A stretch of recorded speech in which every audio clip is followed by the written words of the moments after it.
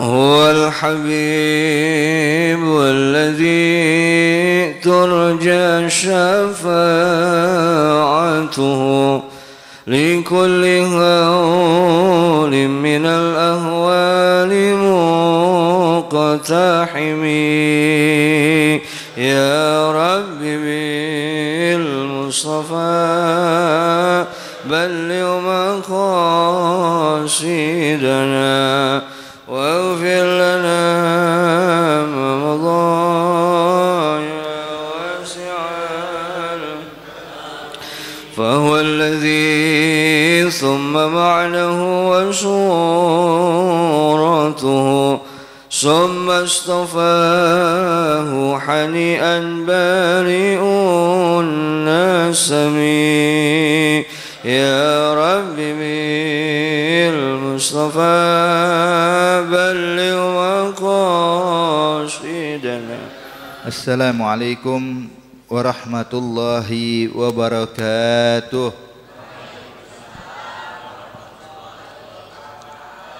Bismillahirrahmanirrahim. Alhamdulillahi rabbil alamin. Allahumma salli wa sallim ala sayyidina Muhammadin wa ala ali sayyidina Muhammad. Nawaina ta'alluma wa ta'alim, tadhakkar wa tazkir, wa nafa' wal intifa' wal ifada wal istifada wal hatha ala tamassuki bi kitabillah wa sunnati rasulillah wa du'a ilal huda wa dalala ala al khair ibtigha' wajhillah wa mardatihi wa qurbihi wa thawabihi subhanahu wa ta'ala. Yang megang kitab mungkin bisa buka hadis ke-14 ya. Bismillahirrahmanirrahim. Qala al-muallif al-Imam an-Nawawi fi kitabih al-Arba'in Nawawiyah nafa'ana Allah bihi wa bi'ulumihi wa bi'ulumi sa'iri salihin fi darin amin ila anqal. Al-hadits ar-rabi' ashar an Ibn Mas'ud radhiyallahu anhu qala qala Rasulullah sallallahu alaihi wasallam la yahillu damu imri'in muslimin illa bi ihda thalath الثيب الزاني والنفس بالنفس والتارك لدينه المفارق للجماعة رواه البخاري ومسلم. الحادث الخامس عشر عن أبي هريرة رضي الله تعالى عنه أن رسول الله صلى الله عليه وسلم قال من كان يؤمن بالله واليوم الآخر فليقل خيرا أو ليصمت ومن كان يؤمن بالله واليوم الآخر فليكرم جاره ومن كان يؤمن بالله واليوم الآخر فليكرم ضيفه رواه البخاري ومسلم. Alhamdulillah, kita bersyukur kehadirat Allah Subhanahu wa taala pada kesempatan di pagi hari ini kembali dikumpulkan oleh Allah Subhanahu wa taala setelah lumayan panjang kita libur hadirin dikarenakan bulan Ramadan dan bulan Syawal yang mana kita memiliki kesibukan dan juga kegiatan-kegiatan yang lainnya. Insyaallah semoga amal ibadah kita diterima oleh Allah Subhanahu wa taala dan kita digolongkan orang-orang yang bertakwa di sisi Allah dan dijadikan Ramadan kemarin menjadi Ramadan yang terbaik buat kehidupan kita dan bukan Ramadan yang terakhir untuk kita. Semoga Allah panjangkan usia kita dalam keadaan sehat walafiat hingga kita bisa mendapatkan Ramadan yang selanjutnya, Ramadan yang berikutnya dalam keadaan yang terbaik. Amin ya rabbal alamin. Hadirin hadirat yang dimuliakan Allah Subhanahu wa taala, melanjutkan pelajaran kita daripada kitab Arba'in Nawawi sampai kita pada hadis ke-14. Ini hadis diriwayatkan oleh Sayyidina Abdullah bin Mas'ud radhiyallahu taala anhu ardhah. Beliau berkata kalau seandainya Rasulullah sallallahu alaihi wasallam telah bersabda, Nabi menyatakan la yahillu damu imri'in muslimin illa bi ihda thalath. Nabi menyatakan bahwasanya tidak boleh darah seorang muslim ditumpahkan kecuali karena 3 sebab. Di sini pelajaran penting bagi kita ya ahbab. Jangan sampai kita ini untuk berbuat keburukan kepada sesama kita, kepada sesama muslim. Bahkan kita diajarkan di dalam Islam menjaga lidah kita dari caci maki dan menjaga tangan kita dari menumpahkan darah muslim. Walaupun mungkin orang tersebut berbeda pendapat dengan kita, walaupun mungkin orang tersebut memiliki urusan dalam urusan bisnis yang kurang baik sama kita, tetap kita dilarang di dalam Islam untuk tidak berbuat keburukan kepada sesama muslim. Enggak boleh mencaci makinya dan enggak boleh mengganggu dan menumpahkan darahnya. Hadza hukumnya diharamkan oleh Allah sebagaimana hadis-hadis yang terdahulu udah kita jelaskan bahwasanya Rasulullah bersabda di dalam hadis yang lainnya, kata Rasulullah, umirtu an uqatilan nas hatta yashhadu an la ilaha illallah wa anna muhammadar rasulullah wa yuqimus shalah wa yu'tuz zakah fa iza fa'alu dzalika asamu minni dima'hum. Ya. Nabi menyatakan, sesungguhnya saya diperintahkan oleh Allah untuk memerangi orang-orang yang tidak beriman, yang mengganggu, yang menyerang kita, sampai mereka mengucapkan 2 kalimat syahadat. Kalau mereka sudah mengucapkan 2 kalimat syahadat, maka nggak boleh lagi kita sakiti mereka. Hartanya nggak boleh kita ambil, nyawanya nggak boleh kita ganggu, darahnya nggak boleh kita tumpahkan, kehormatan nggak boleh kita rendahkan dan kita hinakan. Kenapa? Sudah mengucapkan 2 kalimat syahadat. Arti dia saudara kita muslim. Nah, makanya Nabi menyatakan tidak dibolehkan, bahkan diharamkan menumpahkan darah seorang muslim kecuali karena 3 sebab. Kalau karena 3 sebab ini boleh ditumpahkan, cuman itu pun juga dengan syarat, bukan berarti boleh bebas begitu aja hadirin. Di sini ada aturan-aturannya ya. Siapa itu yang pertama? Ya. Seseorang yang boleh ditumpahkan darahnya, cuman ini bukan berlaku untuk kita semua Bapak Ibu sekalian. Ini adalah hakim nanti. Ibaratnya pemerintah yang berwenang, dia yang berhak melakukan ini, bukan kita. Siapa itu? Yang pertama adalah at-thayyib az-zani. At-thayyib di sini artinya adalah orang yang pernah menikah, yang telah menikah, kemudian dia berzina. Kita tahu di dalam Islam, hadirin hadirat yang dimuliakan Allah Subhanahu wa taala, ini perbuatan zina ini adalah perbuatan yang sangat dibenci oleh Allah Subhanahu wa taala. Bahkan satu-satunya dosa atau satu-satunya maksiat di dalam Al-Qur'an yang Allah gambarkan dengan perbuatan fahisha atau perbuatan yang keji. Allah Subhanahu wa taala berfirman dalam Al-Qur'an, "Wala taqrabuz zina innahu kana fahishatan wa sa'a sabila." Jangan kalian mendekati perzinaan, kata Allah. Allah bukan bilang jangan berzina, jangan mendekati perkara yang menghantarkan kita pada perzinaan. Kenapa? Sebab perzinaan itu kata Allah fahisyah, perbuatan yang keji. Di dalam Al-Quran Bapak Ibu sekalian, Allah disebutkan berbagai macam jenis maksiat ya. Tapi tidak ada satupun maksiat yang Allah sebut keji kecuali zina. Makanya satu-satu maksiat yang dibilang keji sama Allah ya zina. Dan juga perbuatan zina ini sangat buruk hadirin hadirat yang dimuliakan Allah Subhanahu wa taala. Makanya di dalam hukum Islam ini untuk menegakkan hukum zina ini nggak gampang Pak. Beda dengan hukum kejahatan atau maksiat lainnya. Seperti orang minum minuman keras, ada orang lihat aja dilaporin, itu jatuh tuh. Hakim berhak menghukumnya. Tapi kalau perzinaan enggak. Perzinahan itu karena perkara yang sangat besar hingga akhirnya di dalam Islam ditentukan hukuman zina itu salah satu dari 2 sebab. Ditegakkan hukum zina salah satu dari 2 sebab. Yang pertama sebab orang pelakunya itu mengaku telah melakukan perzinaan, bilang saya telah berzina, mengaku, maka ini berhak untuk dijatuhkan hukuman zina. Atau yang kedua, ditegakkan hukum zina itu dengan kesaksian 4 orang saksi. Jadi ada 4 orang saksi bersaksi kalau fulan benar-benar telah melakukan perzinahan, maka baru ditegakkan hukum zina. Kalau enggak boleh hadirin. Makanya pernah di masa Sayyidina Umar ibn al-Khattab radhiyallahu ta'ala anhu ardah, ada 4 orang datang kepada Amirul Mukminin Sayyidina Umar. Mereka bilang, ya Amirul Mukminin, kami akan bersaksi kalau fulan bin fulan telah berzina. Sayyidina Umar kaget. Sebab di zaman Rasulullah Pak, nggak ada satupun orang yang 4 orang datang kepada Nabi mengatakan kami melihat zina, kecuali zaman Sayyidina Umar ini. Kami melihatnya sedang berzina. Kata Sayyidina Umar, tunggu dulu. Kalian harus saya sumpah dulu, jangan sampai kalian menuduh seseorang tanpa sumpah. Di satu orang ditanya, apakah kau mau bersumpah yang ingin kau sampaikan benar? Dia bilang, saya bersumpah kalau saya melihat dia berzina. Orang kedua begitu juga, saya bersumpah kalau melihat dia sedang berzina. Orang ketiga juga begitu hadirin. Pas giliran orang keempat, dia bilang, ya Amirul Mukminin, mohon maaf saya ini datangnya telat. Datang pas udah kelar, jadi saya nggak ngelihat tuh. Cuma dengar dari 3 orang ini barusan fulan bin fulan berzina.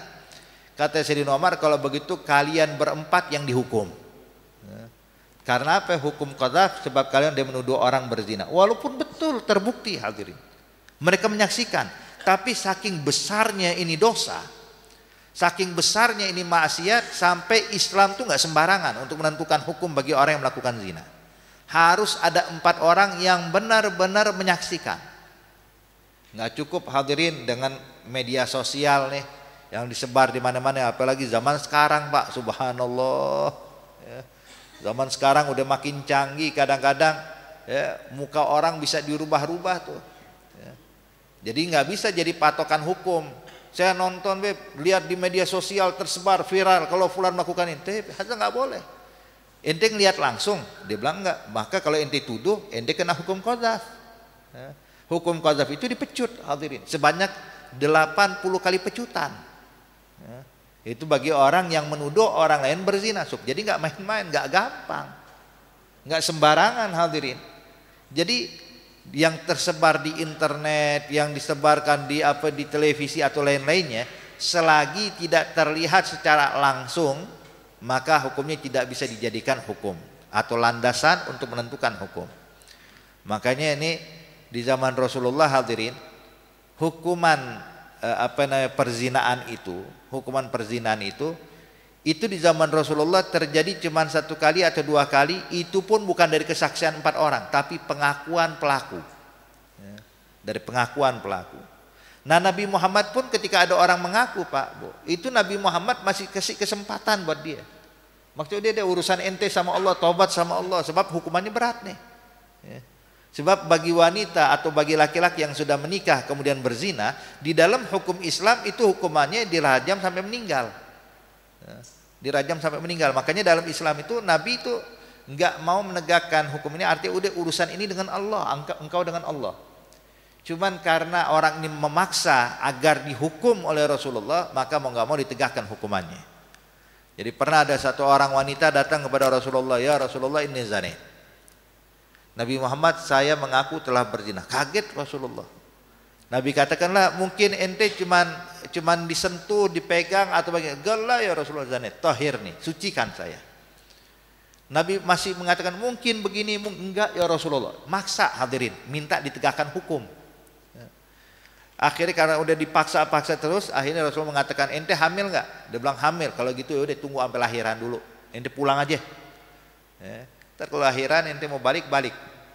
Maksud Nabi udah urusan engkau di rumah udah. Ya. Enggak usah datang kemari lagi, udah tobat sama Allah, kembali kepada Allah. Allah sanggup kok mengampuni dosa engkau kalau benar-benar mau tobat. Ya. Maka ini wanita pulang Pak, Bu. Setelah sekian bulan setelah lahiran, balik lagi ketemu Rasulullah. Ya. Waktu balik ketemu Rasulullah, ya Rasulullah saya udah ngelahirin. Ya. Sekarang saya minta ditegakkan hukum buat saya. Kata Rasulullah, pulang dulu, ya. Susui dulu anakmu sampai nanti disapih. Artinya nunggu 2 tahun lagi hadirin. Maksud udah biarin urusan kau dengan Allah. Ya. Tapi setelah 2 tahun datang lagi, ya Rasulullah anak saya udah aneh sapi. Sekarang udah aneh titipin ke orang. Udah. Artinya karena udah maksa, udah berbulan-bulan, bertahun-tahun malahan hadirin. Nabi nggak langsung menegakkan hukum loh. Maksud Nabi udah urusan kau dengan Allah. Cuman karena dia maksa, barulah ditegakkan hukum. Ini yang terjadi hadirin. Dan ketika dihukum dirajam, ada satu sahabat waktu melempari batu kepada wanita ini sambil mencemoohnya. Betapa kejinya engkau wanita, berzina adalah perbuatan fahisha, perbuatan yang buruk. Jadi melempar batu sambil mengejek. Itu Nabi marah dan geramnya bukan main pada sahabat ini. Kata Rasulullah, kata Nabi, jangan kau caci maki dia. Kenapa? Sebab taubatnya wanita ini itu bisa menghapuskan seluruh dosa kalian semua yang hadir saat ini. Dosanya dia nih, taubatnya dia itu luar biasa, pahalanya bukan main. Rela untuk ditegakkan hukum, padahal dia punya kesempatan untuk menutup diri dan kembali kepada Allah. Itu dia. Jadi memang nggak sembarangan hadirin.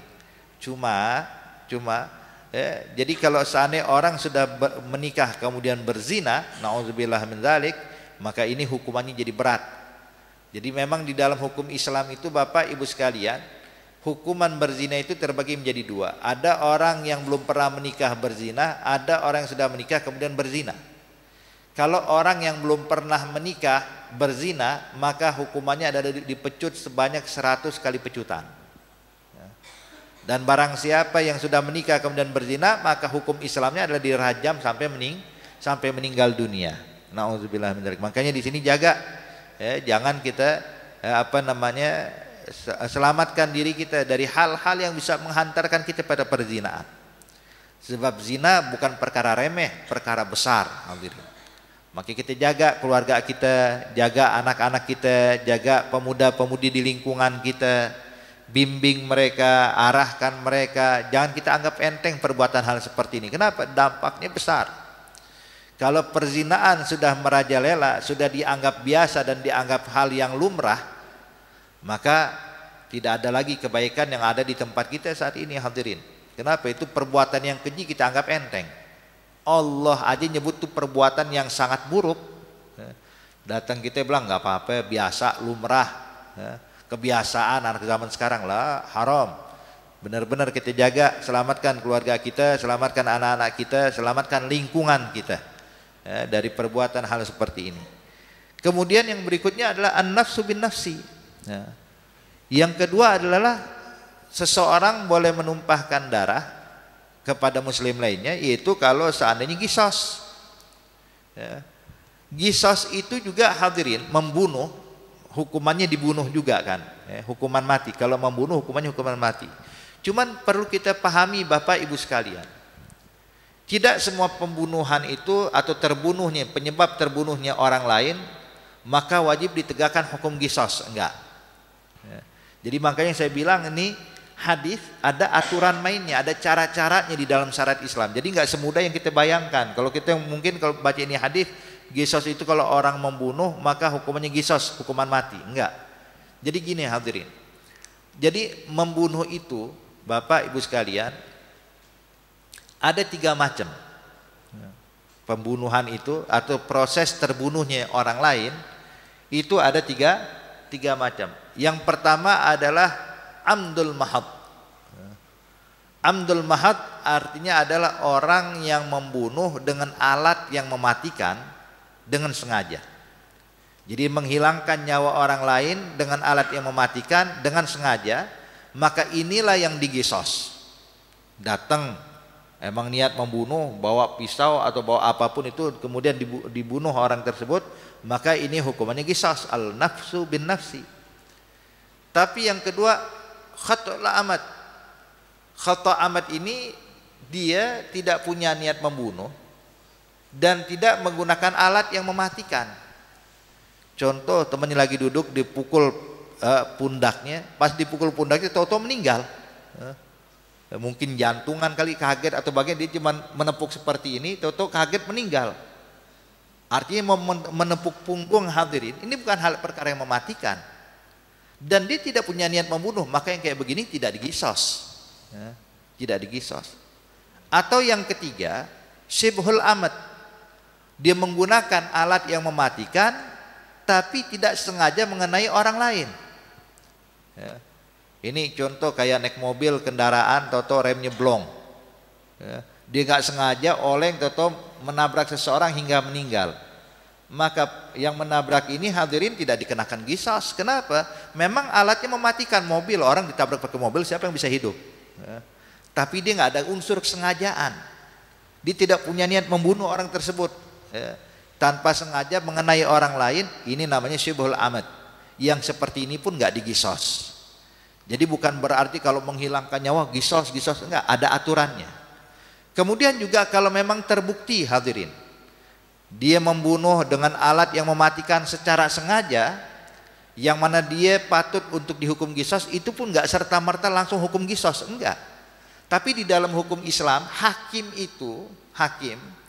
ketika menyatakan kalau fulan terbukti membunuh, maka hakim datang itu keluarga yang korban. Hakim akan memberikan nasihat kepada keluarga korban. Dibilang kalian ini boleh memilih salah satu dari 3. Keluarga korban kalian boleh menuntut, tapi dan saya ingatkan kalian punya hak salah satu dari 3 perkara. Apa itu? Yang pertama, kalian memaafkan. Cuma-cuma dia maafin. Enggak usah ditegakkan hukum qisas, kalian maafkan, yang penting dia mau taubat nih. bagi kalian tuh pahala ganjaran dari Allah. Atau pilihan kedua, kalian memaafkan dari qisas tapi menuntut bayar dia. Ganti onta deh, 100 ekor onta. Jadi kalau kalian membunuh, maka kita maafin, nggak perlu tegakin qisas, cuman kasih kita 100 ekor onta. Maka wajib bagi keluarga pembunuh ngasih 100 ekor onta kepada keluarga korban. Pilihan kedua. Pilihan ketiga baru qisas. Kalau seandainya mereka memilih qisas, kami memilih qisas ya hakim, itu hakim nggak langsung tegakkan hukum, Pak. Di dalam Islam dibiarin dulu sama beberapa waktu, kemudian didatangi lagi keluarga korban, bener mau qisas apa mau maafin atau mau ganti dia. Jadi tetap diusahakan tuh biar nggak tumpah darahnya.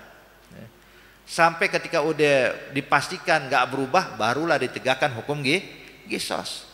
Jadi yang boleh membunuh itu bukan kita, bukan sesama muslim. Wah, fulan ngebunuh keluarga saya, udah saya tegakkan deh ini dan itulah, hadza haram. Kalau mau biar yang berwenang yang menegakkan hukum, bukan kita yang menegakkan hukum.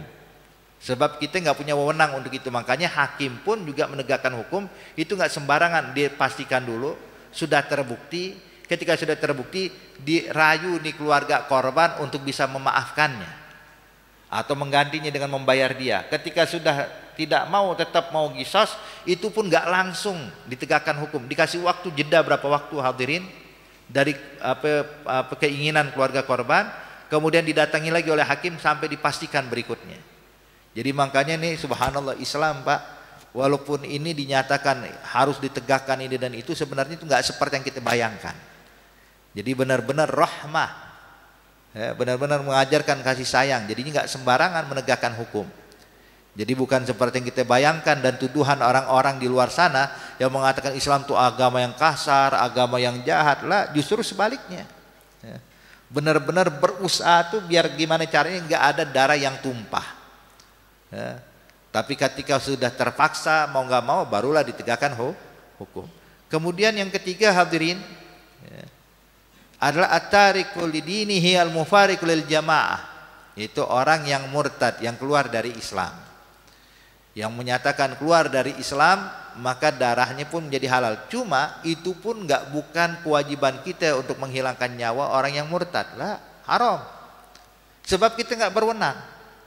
Jadi yang boleh melakukan itu adalah hakim, pemerintah hadirin. Pemerintah. Itu pun mereka nggak langsung, oh murtad, bunuh. Enggak. Begitu mereka murtad tuh diajak lu diskusi oleh pemerintah. Kenapa kau lakukan itu? Dijelaskan, kemudian diminta agar dia tobat, agar dia kembali kepada Allah. Ketika udah nggak bisa, barulah hakim menegakkan hukum. Makanya di sini hadirin nih, kalau kita perhatikan nih 3 perkara, 3 hal yang mana boleh ditumpahkan darah muslim, itu pun bukan berarti kita halal memuntahkan atau menumpahkan darah siapapun. Lah, haram, nggak boleh.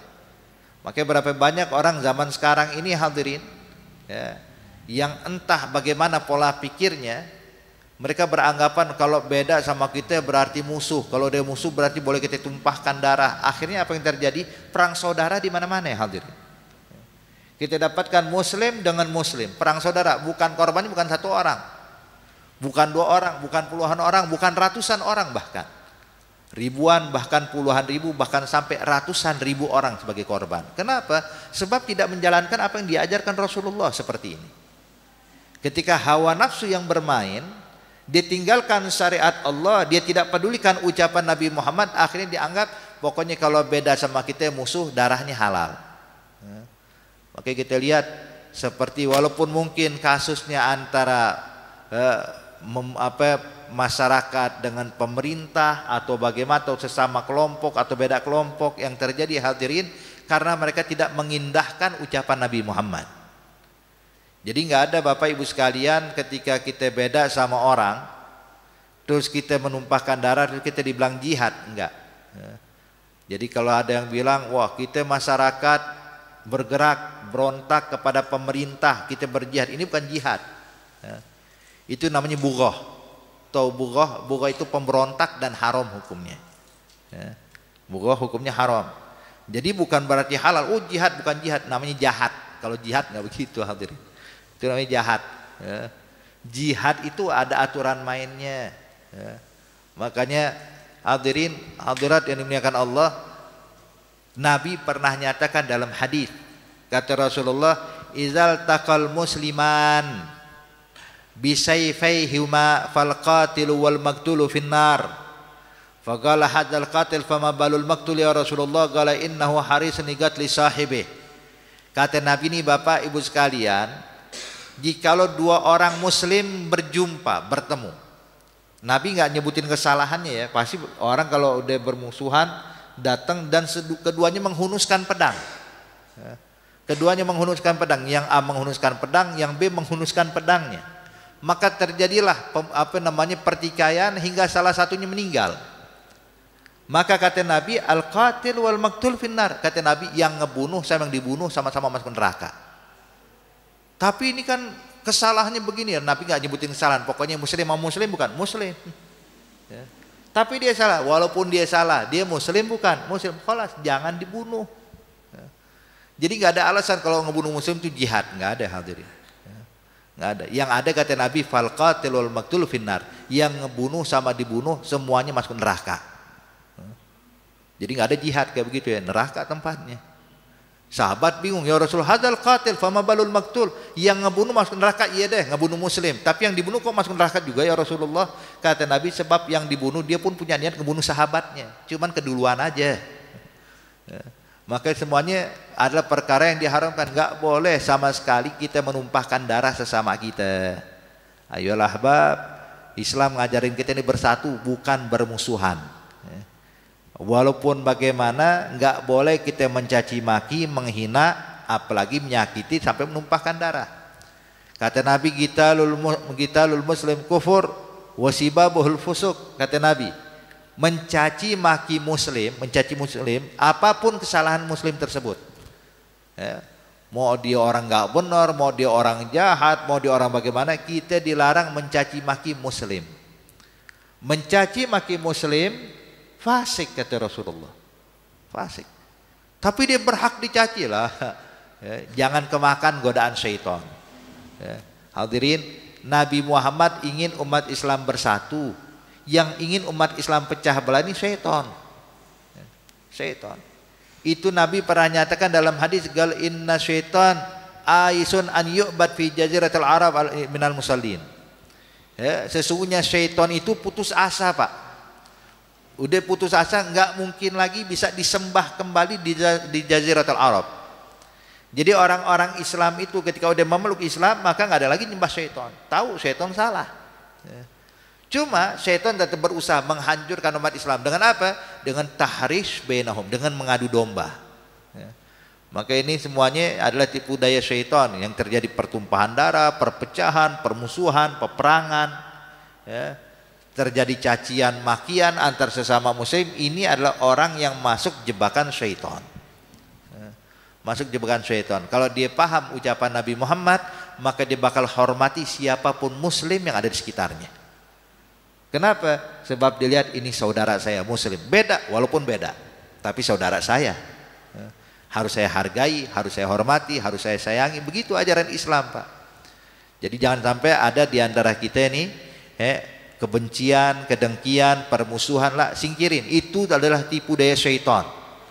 Nabi pengen kita bersatu, Nabi pengen kita ini saling menghargai, saling menghormati. Khalas. Ikuti cara Nabi, jangan ikuti godaan syaitan. Hakata. Jadi intinya hadirin, hadirat yang dimuliakan Allah.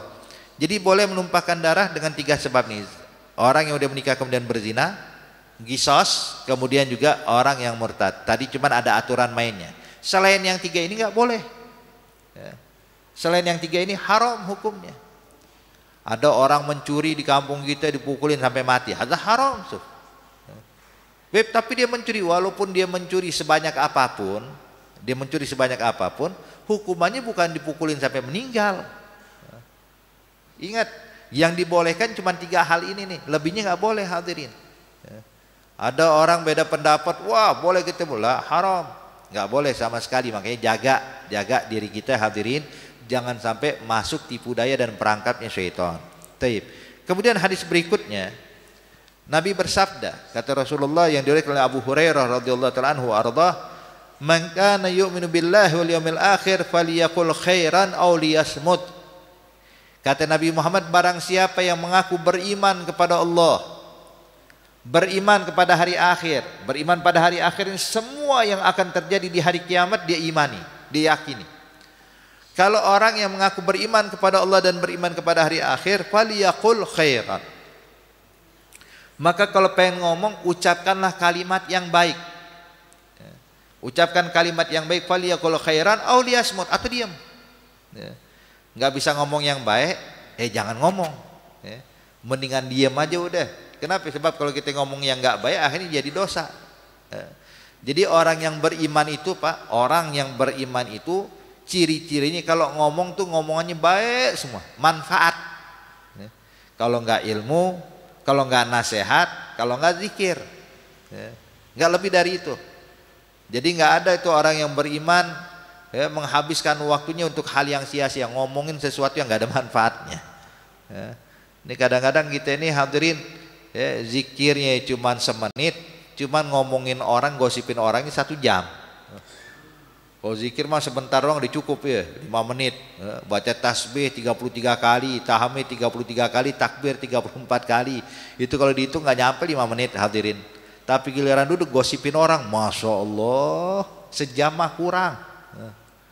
Udah habis nih 2 jam, 3 jam gosipin orang, udah pulang ke rumah pikir udah kelar kali ngomongin orang. Nyampe rumah belum lagi, ditelepon, tanggung, ada yang mau saya sambung nih cerita tadi. Nyambung lagi pakai handphone, ya Allah.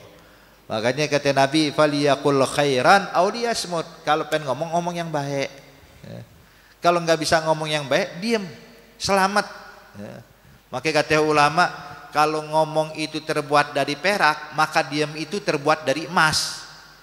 Emas lebih mahal daripada perak. Makanya banyak kaum solihin itu kadang-kadang tuh kalau kita dapat duduk sama dia, banyakkan diamnya dibandingkan ngomongnya. Datang ke rumah ustadz, dia bilang, nih ustadz kayaknya pendiam banget ya.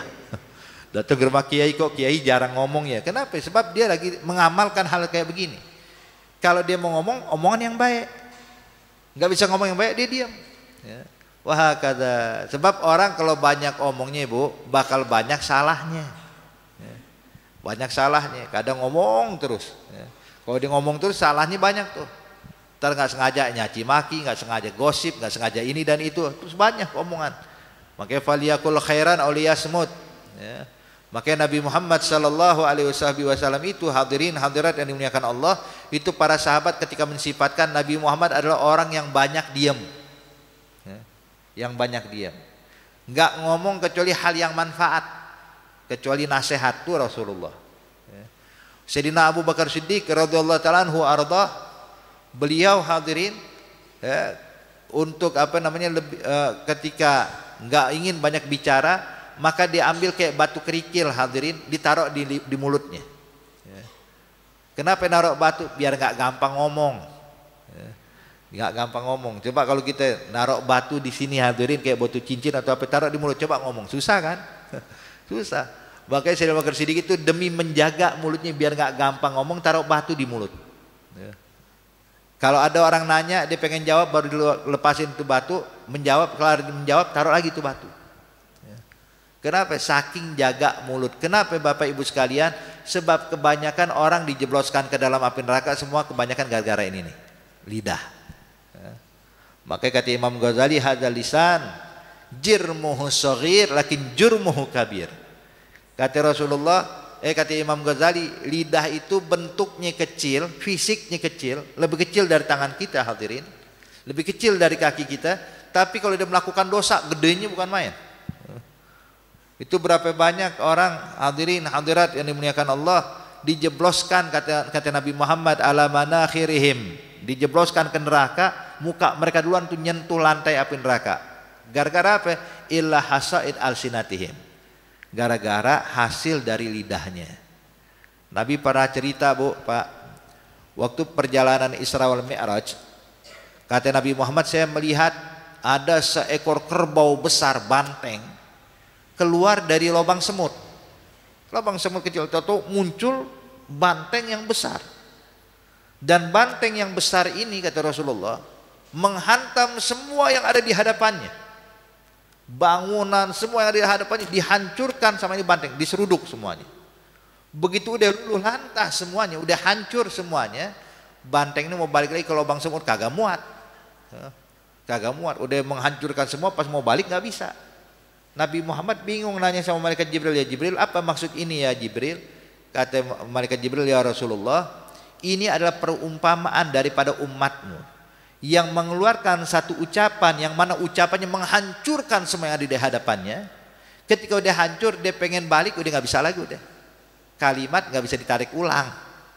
Begitulah keadaannya hadirin. Kita kadang-kadang kalau dia ngomong udah buat rusak, baru kita taubat. Ini nggak bisa dilupain tuh, kerusakan itu tuh bakal bertanggung jawab kita di hadapan Allah. Makanya jaga lidah kita, jangan sembarangan. Faliyakul khairan aw liyasmut. Ya, ucapkan kalimat yang baik, kalau nggak bisa diam, ahsan diam. Ya. Dan subhanallah orang kalau banyak diam bu, haibah, tahu haibah, karisma. Ya, jadi kalau antum lihat ada satu orang pendiam, ini orang nggak bakal sembarangan ngobrol sama dia. Ya. Kenapa? Segen. Ya. Sebab orang yang banyak diam itu bakal memunculkan karisma. Jadi orang segen kalau duduk sama dia. Tapi kalau orang ngoceh mulu, orang nganggap enteng hadirin. Ya.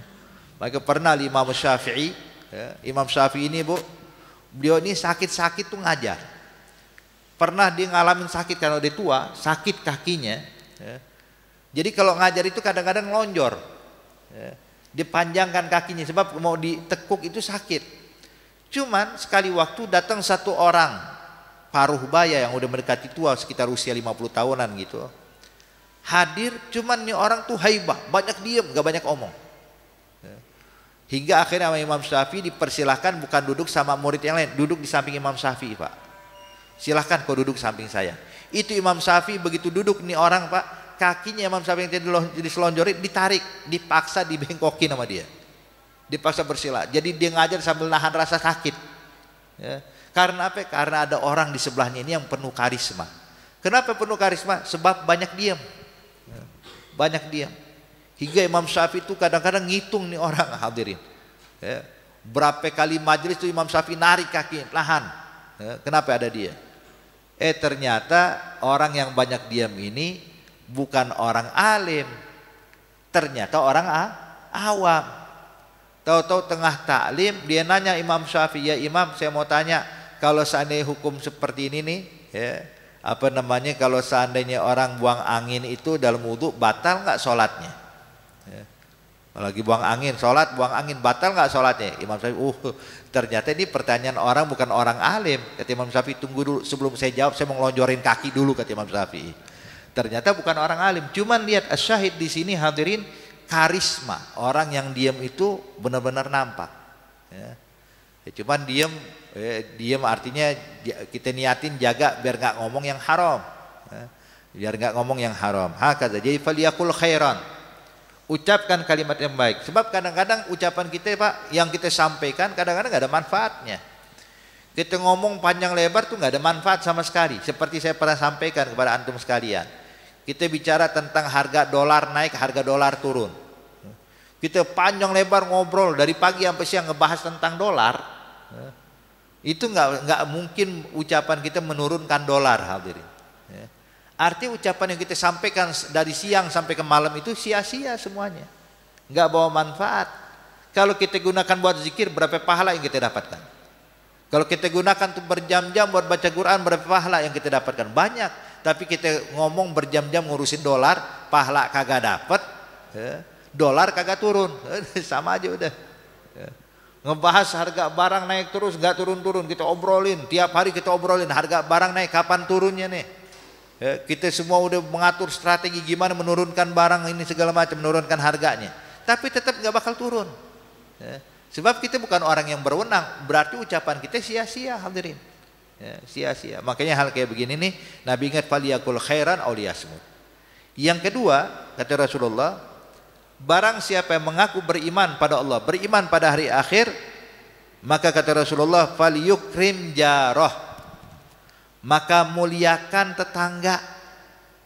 Jangan kita berbuat buruk sama tetangga kita. Nih hidup berkeluarga, hidup bertetangga, saling menghargai, saling menghormati, saling bantu membantu. Jangan sebaliknya. Yang ada kita ngerepotin tetangga mulu ya. Jangan. Ya. Kata Nabi, fal yukrim jarah. Hormati tetangga walaupun tetangga kita non muslim, hadirin. Walaupun bertetangga sama non muslim, enggak boleh kita berbuat buruk sama tetangga. Enggak boleh, dilarang. Makanya kata Rasulullah sallallahu alaihi wasallam, jikalau engkau punya tetangga beragama Islam dan masih kerabatmu, maka dia punya 3 hak yang harus kau penuhi. Hak karena dia tetangga, hak karena dia beragama Islam, hak karena dia kerabatmu. Jikalau engkau punya tetangga muslim, tidak ada hubungan kerabat dengan engkau, maka dia punya 2 hak yang harus kau penuhi. Apa itu? Hak karena dia tetangga, hak karena beragama Islam, sesama agama kalian. Kemudian Nabi bilang, kalau kalian mendapatkan tetangga non muslim, maka dia berhak, wajib kita penuhi 1 hak. Apa haknya dia? Hak karena tetangga kita. Jadi nggak boleh kita sakiti bahkan non muslim. Gimana yang sesama muslim? Ya. Pakai dulu hadirin, hadirat yang dimuliakan Allah, ada satu orang saleh, alim. Ya. Itu tiap hari tuh rumahnya tuh nggak pernah sepi. Banyak orang datang ke rumahnya untuk belajar, nimba ilmu agama Allah, minta nasihat. Ya. Jadi tiap hari tuh dia kumpul sama orang-orang. Cuman beberapa tamu ini agak risih begitu duduk sama beliau. Kenapa? Di rumahnya ternyata banyak tikus, hadirin. Ya. Lagi tengah-tengah taklim tikus lewat. Atau orang-orang lagi tengah-tengah taklim ini kaget, tikus lewat mundar-mandir, hadirin, di rumah orang alim ini. Sampai salah satu murid ini gregetan. Ini tikus mondar-mandir. Maka dia pengen menegur ini Syekh, cuman dengan cara yang halus. Dia bilang, ya Syekh, ente kenapa nggak miara kucing? Kan kalau miara kucing bagus ya Syekh. Kucing itu adalah hewan kesayangan Nabi. Pokoknya omongan kayak begini hadirin. Syekh paham maksudnya apa? Karena rumah banyak tikus, kalau miara kucing maka tikus bakal hilang. Dia bilang, kenapa nggak miara kucing ya Syekh? Kata ini Syekh, dia bilang, ya fulan, saya sengaja nggak miara kucing. Kenapa? Saya takut kalau saya miara kucing, tikus yang di rumah saya pindah ke rumah tetangga. Kalau sudah pindah ke rumah tetangga, saya takut nanti dituntut di hadapan Allah. Gara-gara saya miara kucing, tetangga terganggu. Sup lihat. Kalau kita mah nggak peduli Pak. Tikus, wah udah piara kucing, jangan 1, 5 kucingnya piara. Kenapa? Biar tikus hilang. Begitu tikus hilang kita nyaman. Nggak taunya pindah ke rumah tetangga. Sup lihat. Jadi mereka sampai segitunya hadirin hadirat, nggak mau nyakitin tetangga atau nyusahin tetangga. Ya. Itu sampai pernah dahulu di Indonesia hadirin, di daerah Pekalongan. Ya, ada apa namanya, satu orang dari Hadramaut yang tinggal di Pekalongan lama, dia tinggal berpuluh-puluh tahun sampai berkeluarga sampai punya anak. Setelah sekian puluh tahun, maka dia ada hal yang menuntut dia untuk kembali ke Hadramaut, balik ke Yaman. Dia ajak semua keluarganya, anak-anaknya, istrinya untuk pindah kampung, balik ke Yaman hadirin. Itu yang pertama kali nangis akan pindahnya orang yang soleh tadi itu adalah tetangganya yang non muslim, Chinese. Nangis Pak, karena ini tetangganya yang baik ini bakal berangkat, bakal pindah. Ya. Menangis sampai orang-orang bingung, kenapa sih ente nangis, kan ini bukan keluarganya ente, udah gitu beda agama lagi sama ente. Ya, kenapa menangis? Dia bilang terus terang, saya nggak pernah dapetin tetangga sebaik dia. Ya. Kenapa? Saya merasa aman karena bertetangga sama dia. Loh memang kenapa? Dia bilang rumah saya ini kadang-kadang kebuka. Ya. Anak istri saya kadang ada di rumah di dalam sini. Itu tetangga saya, begitu dia keluar rumah lihat pintu rumah saya kebuka langsung nunduk, nggak berani ngintip isi rumah saya. Ya. Jadi saya merasa aman. Ya. Ini nggak tahu nih setelah ini kalau dia pindah yang ngisi rumah ini siapa nih? Tetangga saya siapa setelah ini? Ya. Makanya di situ hadirin hadirat yang dimuliakan Allah, jangan sampai berbuat hal yang buruk pada tetangga. Ya. Fal yukrim jaroh, muliakan tetangga kita. Coba bayangin kalau kita punya sifat kayak begini Pak, tetanggaan enak rasanya. Ini saling menghargai, saling bantu. Makanya kata Nabi kalau kita punya makanan lebih, kirimin ke rumah tetangga lebihnya. Ya. Kasih tetangga, bagiin biar nyicipin. Ya. Berbagi hal kayak begini hadirin subhanallah. Ini adalah ajaran yang diajarkan Rasulullah. Kemudian yang berikutnya fal yukrim daifah. Ngaku beriman pada Allah, beriman pada hari akhir, maka muliakanlah tamu-tamumu. Ya. Muliakan tamu kita. Siapapun orang yang berdatang ke rumah kita sebagai tamu, wajib kita hormati, wajib kita hargai. Jangan kita berbuat buruk sama tamu. Makanya hadirin tuh orang-orang Arab zaman dahulu ya, orang-orang Arab zaman dahulu itu punya sifat yang luar biasa hebatnya Pak. Apa itu? Itu kalau ada orang mampir ke rumahnya jadi tamu, maka dia hargai bagaikan seorang raja, walaupun di luar rumah musuhan.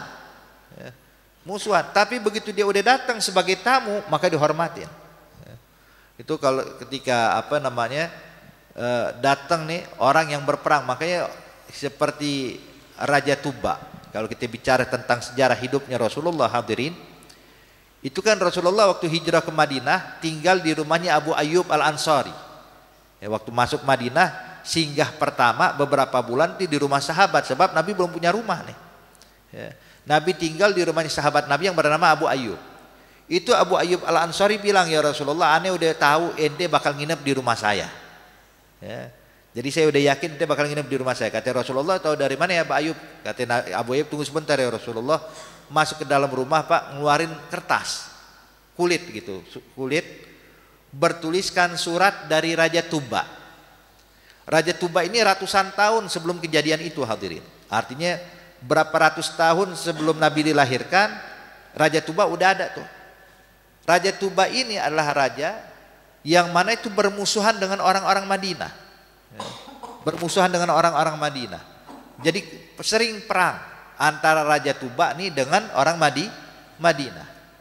Tapi begitu Raja Tuba datang ke Madinah bukan tujuan perang, maka dihormati sebagai tamu, bahkan diizinkan nginep di rumahnya Abu Ayyub. Nginep di rumahnya Abu Ayyub, kakek moyangnya Abu Ayyub. Tinggal, padahal musuhan. Tapi begitu ente udah masuk ke rumah ente tamunya saya. Permusuhan kita pinggirin dulu. Musuh tinggalnya di luar. Kalau udah di dalam rumah, ente tamunya saya, wajib saya hargai dan saya hormati. Maka tinggal tuh Raja Tuba. Raja Tuba tinggal di rumah Abu Ayyub, rumah kakek moyangnya Abu Ayyub. Kemudian Raja Tuba bilang, kalian tahu nggak hei orang-orang Madinah, di dalam kitab kami disebutkan bahwa Nabi akhir zaman bakal datang ke negeri kalian ini. Maka terus terang kalau saya dapatkan itu zaman, saya bakal termasuk orang yang beriman kepada itu Nabi. Maka ya sudah, karena saya nggak tahu kapan datangnya itu Nabi, saya tulis surat aja dari Raja Tuba buat Nabi akhir zaman. Ratusan tahun tuh surat hadirin. Ratusan tahun diberikan kepada Rasulullah, dibacakan buat Rasulullah dari Raja Tuba, siap beriman kalau dapatkan zamannya Nabi Muhammad. Cuman yang perlu kita garis bawahi di sini, lihat, ini Raja Tuba musuhan sama orang Madinah hadirin. Tapi begitu jadi tamu dihormati bagaikan seorang raja. Hakada. Nah kita juga harus seperti itu. Jangan ntar kalau ada orang datang ke rumah kita usir. Kita nggak openin siapapun dia. Bahkan orang yang buruk sama kita. Kalau udah masuk ke rumah kita, tamunya kita wajib kita hargai dan kita hormati. Makanya dulu Rasulullah Shallallahu Alaihi Wasallam pernah Bapak Ibu sekalian mampir ke rumahnya Uqbah bin Abi Mu'id. Uqbah bin Abi Mu'id ini hadirin adalah orang yang nggak beriman sama Rasulullah. Cuma ketika sekali waktu dia bikin pesta di rumahnya, diundang semua orang Mekah, Nabi Muhammad pun hadir. Padahal dia benci sama Rasulullah, tapi begitu Nabi hadir Pak, nggak diusir. Yang ada waktu dihidangkan makan tuh semua orang dipersilahkan makan, sampai Nabi Muhammad disuruh makan, ayo makan ya Muhammad. Ini tamunya aneh. Ya. Jadi seperti itu hadirin hadirat yang dimuliakan Allah. Ini hal kayak begini nih wajib ada sama kita. Fal yukrim daifah. Ya paling enggak kita muliakan tamu nggak usah maksain diri juga. Jangan kalau tamu datang, wah kita harus bikin makanan enak, harus masak-masak, enggak. Ya paling enggak air putih kita suguhkan, paling enggak ada makanan kecil kita suguhkan. Enggak ada juga paling ucapan yang baik, ucapan yang santun. Kalimat yang ramah, kalimat yang tidak menyinggung. Ini yang kita sampaikan kepada tamu kita. Jangan sampai mengeluarkan kalimat-kalimat yang buruk, apalagi dengan hal-hal sifat-sifat yang buruk. Wah, selagi dia tamu, wajib kita hargai dan kita hormati. Mungkin sampai sini nih hadirin, saya rasa 2 hadis ini cukup buat kita. Jaga persatuan, jangan mau dipecah belah. Kemudian jaga lisan kita, ucapkan kalimat yang baik, jangan sampai keluar kalimat yang buruk. Muliakan tetangga, hidup yang akur antara tetangga. dan juga hormati para tetamu yang datang ke rumah kita. Insya Allah kita digolongkan orang-orang yang bisa mengamalkan daripada 2 hadis tersebut. Amin ya rabbal alamin. Nah, sebelum saya tutup, mungkin kalau ada yang punya pertanyaan silahkan. Kalau ada yang mau nanya sebelum saya tutup, tafadhalu, saya kasih kesempatan. Waalaikumsalam warahmatullahi wabarakatuh.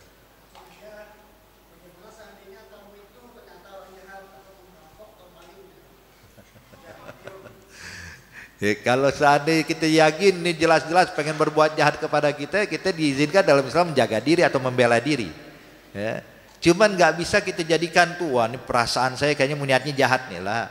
Tetap husnudzon harus kita utamakan. Jadi kalau dia datang dengan niat baik, nggak ada tujuan jahat, kita hargai. Kalau dia tujuannya niat jahat, pengen ngerampok, pengen maling, ya jangan kita dia berbuat baik. Ayo Pak, monggo silakan apa yang mau dirampok silakan ambil. Ya enggak. Ya. Enggak begitu, artinya kita tahu kalau memang dia niatnya buruk, niatnya jahat, kita diizinkan di dalam Islam untuk membela diri. Tapi kalau dia tujuannya bukan untuk hal-hal yang buruk seperti itu, siapapun dia wajib kita hargai dan kita hormati. Walaupun yang datang non muslim, walaupun yang datang ke rumah kita non muslim, sebagai tamu hormatin, hargai. Tapi kalau memang niatnya jahat, ya kita diizinkan untuk membela diri. Insya Allah bisa dipahami ya. Ada lagi yang mau bertanya? Cukup? Ya khair. Pada malu-malu semua orang sini ya. Ya khair ala kulli hal. Insyaallah Allah kasih kita futuhal arifin. Allah berikan kita faqihul fiddin insyaallah. Al-Fatihah bil qabul. Wa tamam kulli sul ma'mul ala hadhihi niyyah wa kullu niyatin salihah wa ila hadratin nabi Muhammadin sallallahu alaihi wasallam. Al-Fatihah. Bismillahirrahmanirrahim. Alhamdulillahirabbil alamin. Iyyaka na'budu wa iyyaka nasta'in ihdinas siratal mustaqim siratal Rabbana taqabbal minna innaka antas samiul alim tub 'alaina innaka antat tawwabur rahim da'wahum fiha subhanakallahumma wa tahiyyatuhum fiha salam wa akhiru da'wahum alhamdulillahi rabbil alamin wassalamu alaikum warahmatullahi wabarakatuh.